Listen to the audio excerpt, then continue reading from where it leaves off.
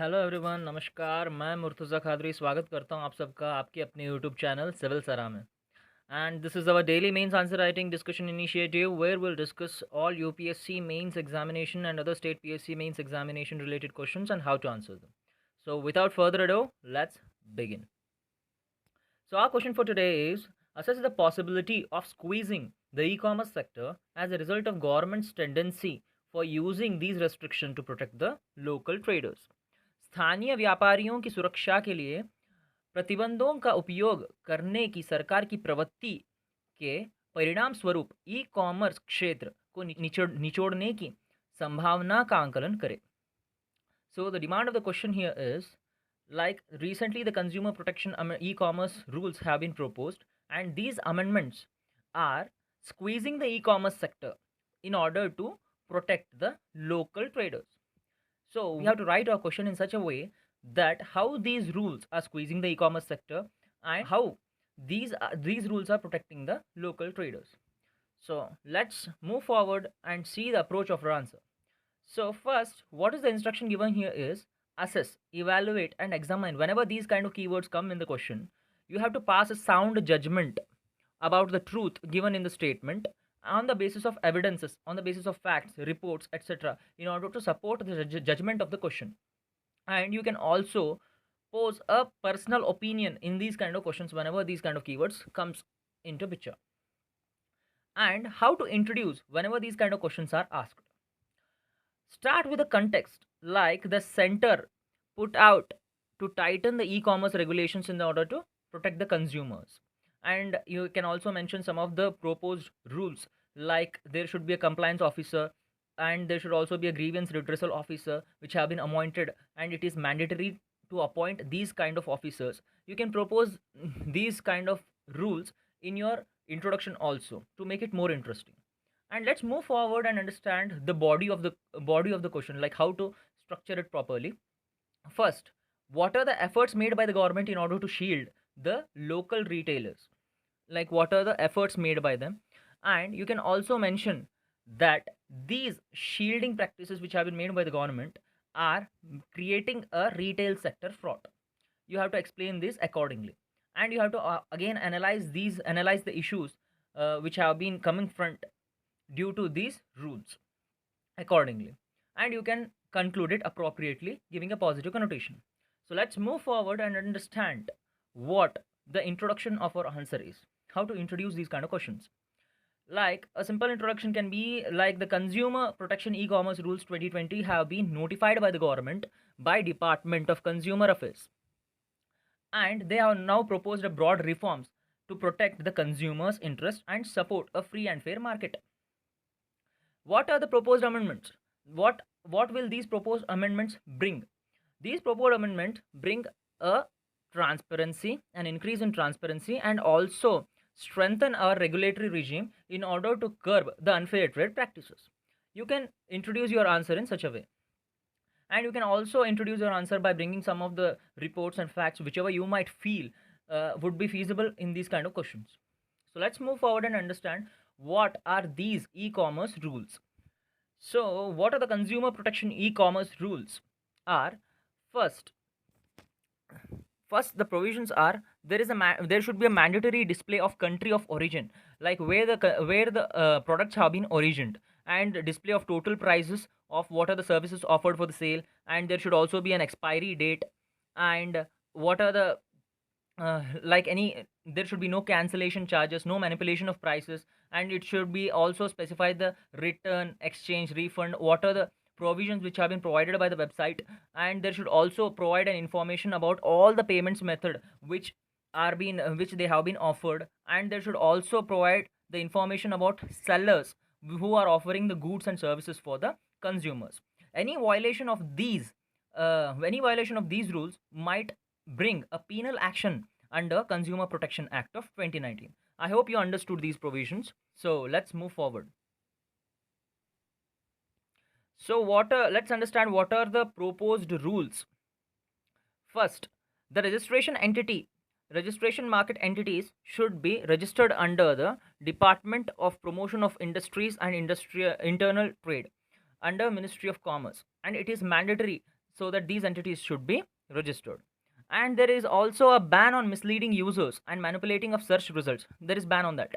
And there should also be a chief compliance officer and a grievance redressal officer, which has to be mandatorily appointed. And any information regarding these, any sales or any offers or any other purchase should also be provided under 72 hours of receipt of order from any government agencies. And there is a ban on any fraudulent flash sales or any mis-selling or misinformation provided by the retailers. So there is no ban on the flash sales, but there is a ban on fraudulent flash sales. You have to address it appropriately. And what are the other major proposed amendments are: all the inventories and entities should provide best before date and after date should be provided. And in order to bring a fair and equal treatment under the e-commerce platform, domestic manufacturers are also being promoted, and there should be also a filter mechanism to identify the goods based on the country of origin.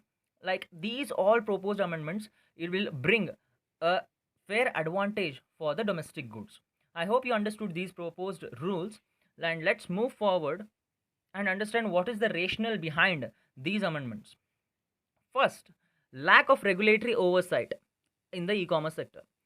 Because these amendments are brought because there is a lack of regulatory over these e-commerce platform like Amazon, Flipkart, etc., and we need to bring a regulation over these. And another is unfair trade practices has been practiced, and preferential treatment to some of the sellers, like some of the big wigs have been supporting some of the major companies, so they are providing a preferential treatment. And there is also another major issue is back to back sales, flash sales, which have been provided by these e-commerce sites, which also been curtailed.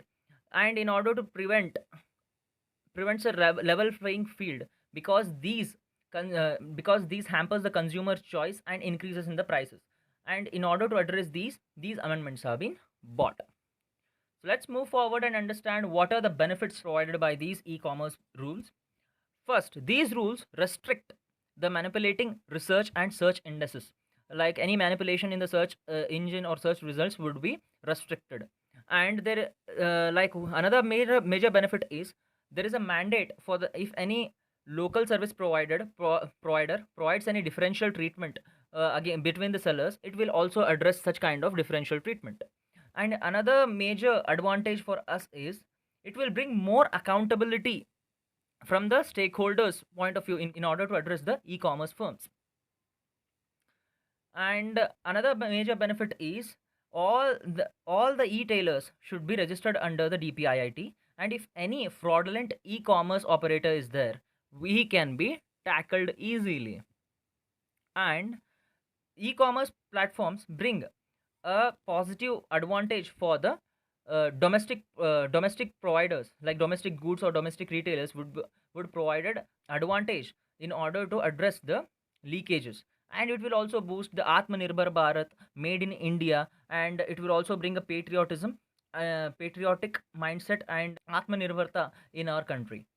Like another major benefit could be it will help to protect the unfair trade practices and also address the misleading advertisements. So let's move forward and understand the challenges posed by the e-commerce rules. First is increasing enthusiasm and greater oversight over all the online platforms. Like all the online platforms will be under the scrutiny under these rules. And another thing is you can see that the major MSME sector has been moving forward, and it has been gaining the advantage due to these e-commerce based entities. And because of these rules, it will discourage the MSME sector for coming online. You can write these kind of points. And another major thing is that like these proposed rules will bring an advantage for the country of origin, like domestic countries, like domestic goods will be promoted. So that, and another challenge is that like the consumers would be driven by the patriotism much rather than by the value. You can write these kind of challenges.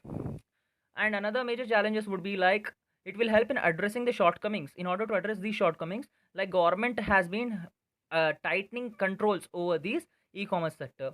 And another thing is like over regulation of these e-commerce sector would be retarding the growth and also job creation in our country, which has been increasing due to these e-commerce sectors. Another thing is, like, because of these norms, there would be more litigations and allegations and other legal spat would be more, and these things would add a major overburdening of the judiciary. So I hope you understood these challenges and benefits of the e-commerce rules. So let's move forward and understand how can you write a proper way forward for these kind of questions. Like, these enforcement of these norms would bring more legal spat or legal fights between these e-commerce entities and the government. And in order to address this issue, we need to strengthen our arbitration and mediation conciliation as a alternative legal measure in order to reduce the burden on the judiciary. And another thing is, like, in order to remove the ambiguities by the government, like multiple ministries have been governing the e-commerce sector, we have to address this leakage, we have to address this challenge by bringing a single ministry addressing all the e-commerce related issues. So I hope you understood how to give a proper way forward whenever these kind of questions are asked. And let's understand how to conclude in these kind of questions. First, you have to give a proper connotation, like what the e-commerce user have been at a risk, and at a risk of becoming a hampered industry.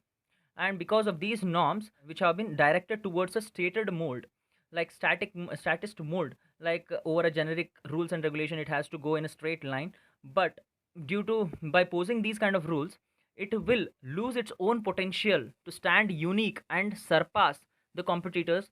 It might fail to give a it might fail to fulfill the ultimate goal of free and fair market in our country. I hope you understood how to give a proper conclusion whenever these kind of questions are asked. I think that I have addressed all the major dimensions whenever these kind of questions are asked.